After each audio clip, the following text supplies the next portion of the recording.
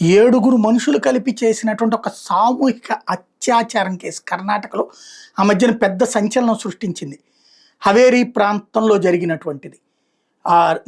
దుర్మార్గులైనటువంటి వాళ్ళు ఎవరైతే మహమ్మద్ సాదిక్ అగసిమాని, అట్లాగే షోయబ్ ముల్లా, తౌసిఫ్ చోటి,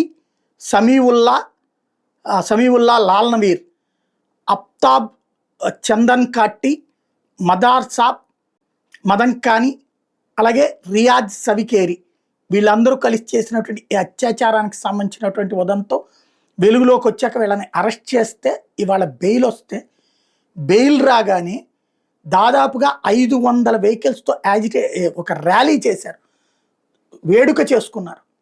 ఇది పెద్ద ఎత్తున వైరల్ అయింది, సోషల్ మీడియా నిలదీసింది.